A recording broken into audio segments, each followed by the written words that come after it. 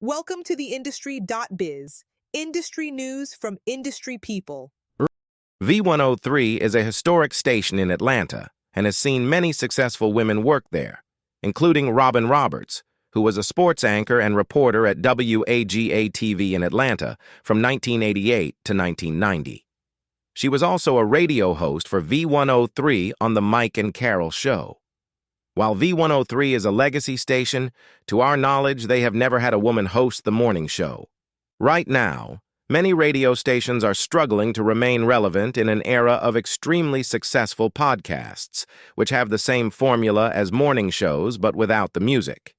Streaming is also explosive, which challenges radio because listeners can hear what they want without hearing commercials or radio hosts. Many labels and industry pros state that hip-hop is not radio-driven anymore, and the younger generations are not listening to the radio, as their parents, often millennials, don't listen as much either. Kids are in cars going to school with their cell phones, and parents driving them to school have many more options today than they did even 10 years ago as to what they listen to on the morning and afternoon commute. iHeartRadio is the most progressive radio company in the industry, hosting The Breakfast Club,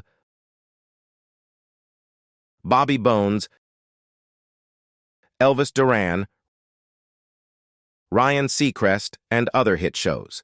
They offer a variety of listening options and concepts like major award shows and premieres that other radio corporations are still trying to catch up on. Miss Pat made a few very valid points during her recent interview on The Breakfast Club about her being fired from V-103.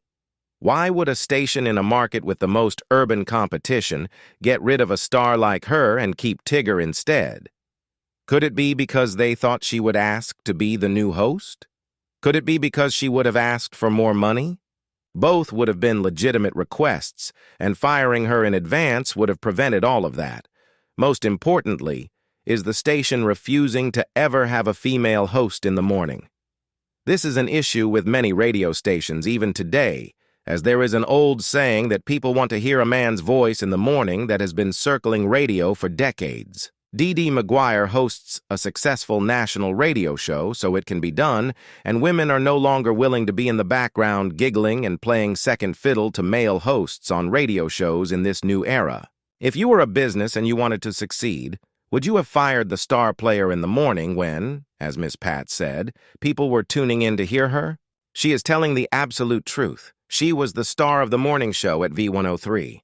Miss Pat did not hold back in her critique of Atlanta's V-103 and Big Tigger during her interview. She called out the station for its decision to fire her, labeling it as dumb and accusing Tigger of being jealous of her success. Unapologetically, she referred to V-103 as a dead station and expressed her shock at being let go, especially given the popularity and high ratings she brought to the show. In an engaging interview on The Breakfast Club, Miss Pat, the acclaimed comedian and star of The Miss Pat Show on BET+, opened up about her journey, including her show's success, personal healing, and challenges in her career and marriage. As Season 4 of her show continues to captivate audiences, Miss Pat shares her candid thoughts on various topics, demonstrating why her raw and authentic voice resonates so powerfully. Miss Pat attributes the success of her show to its relatability and truthfulness. She noted, "It's the first time somebody like me ever been on TV to say what real people were thinking." The show delves into deep and often taboo subjects, bringing humor and healing to viewers who have experienced similar traumas. Miss Pat's unique approach gives a voice to those who have never seen their lives represented on screen. Reflecting on the emotional toll of revisiting her past, Miss Pat discussed the healing process that comes with her show. She shared how filming an episode about her mother's boyfriend's abuse and her mother's neglect was a significant breakthrough. "I dealt with my mom because my mom used to say really bad things to me," she said, adding that this episode helped her break a generational curse. Miss Pat's comedy style is unflinchingly honest. She proudly shared stories from her life, including her struggles and triumphs, and even joked about her weight, saying, "I'm fat, but I think I'm beautiful." Her ability to laugh at her hardships and share them with the world is a testament to her resilience and authenticity. Aside from her comedy career, Miss Pat revealed her passion for DIY projects. She has personally renovated her home and helps others with their renovation projects. Despite her busy schedule, Miss Pat balances her career, family life, and DIY hobbies with remarkable dedication. Having been married for over 30 years, Miss Pat candidly discussed the challenges and dynamics of her relationship.